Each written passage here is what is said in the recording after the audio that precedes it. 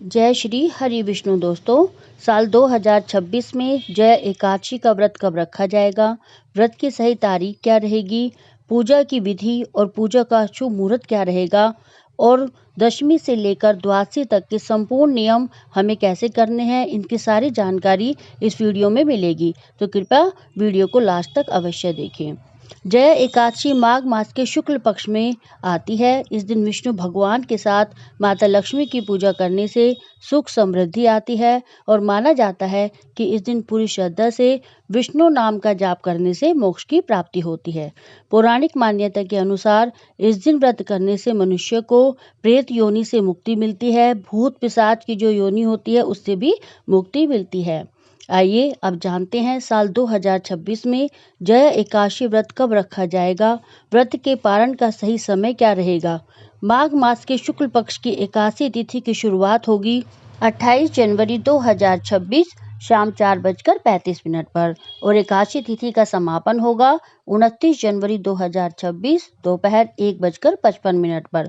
तो उदया तिथि के अनुसार 29 जनवरी 2026 दिन गुरुवार के दिन जय एकादशी का व्रत रखा जाएगा।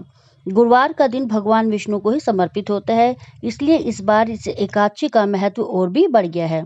विष्णु भगवान की पूजा का समय रहेगा सुबह 7:11 से लेकर 8:32 तक और पारण का समय रहेगा 30 जनवरी 2026 सुबह 7:10 से 9:20 तक।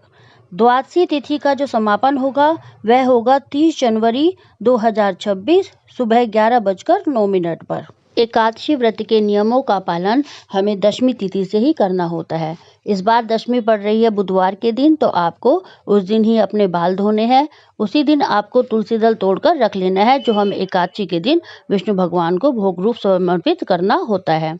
दशमी तिथि से ही हमें पूर्ण ब्रह्मचर्य का पालन करना होता है और चावल हमें बिल्कुल नहीं खाने होते। चावल का जो है हमें दशमी तिथि से ही त्याग करना होता है। एकादशी के दिन हमें सुबह उठकर जल्दी स्नान आदि करना है। स्नान करके हो सके तो हमें पीले वस्त्र धारण करने हैं, क्योंकि इस दिन गुरुवार भी पड़ रहा है और एकादशी के व्रत में भी पीले रंग का बहुत महत्व होता है। फिर हमें सारे घर में गंगा जल छिड़कना है और अगर हमें पूजा मंदिर में ही करनी है, अपने घर के मंदिर में ही, तो वहाँ भी कर सकते हैं। नहीं तो अलग से एक चौकी लगाकर हमें उस पर पीले या लाल रंग का वस्त्र बिछाना है। आपके पास जो भी फोटो या प्रतिमा है विष्णु भगवान की उस पर विराजमान करेंगे, नहीं तो आप ठाकुर जी को भी उस पर विराजमान कर सकते हैं। अगर आप ठाकुर जी को विराजमान करेंगे तो ठाकुर जी को पहले पंचामृत से हमें स्नान करवाना है और उसके बाद हमें पीले वस्त्र पहनाने हैं। इस तरह से विष्णु भगवान जी की अगर प्रतिमा स्थापित की है तो उन्हें भी हमें स्नान की भावना से गंगा जल के छींटे लगाने हैं और फिर हमें विष्णु भगवान को पीले रंग के फूल समर्पित करने हैं, चंदन का तिलक लगाना है, शुद्ध देसी घी का दीपक हमें प्रज्वलित करना है और भोग स्वरूप कोई भी हम बताशे या मिठाई हमें समर्पित करनी है और ऋतुफल भी हमें समर्पित करने हैं।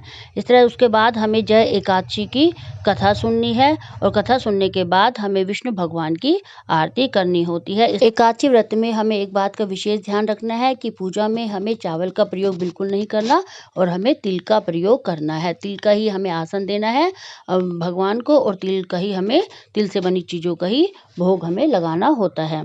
तो इस तरह से एकादशी की पूजा समाप्त हो जाती है। अगले दिन हमें जब पारण करना होता है तो सवेरे उठ के स्नान आदि करके हमें विष्णु भगवान की पूजा करनी है। पूजा करने के बाद हमें तुलसी दल डालकर विष्णु भगवान को भोग लगाना है और उसी तुलसी दल से हमें अपने व्रत का पारण करना होता है। पारण के समय हमें किसी भी जरूरतमंद को दान अवश्य देना चाहिए और जब हम व्रत का पारण करें तो द्वादशी के दिन हमें चावल का दान करना है और चावल का ही भोग हमें विष्णु भगवान को लगाना है और खुद भी व्रत का पालन करते समय हमें चावल जो है वो अवश्य ग्रहण करने चाहिए।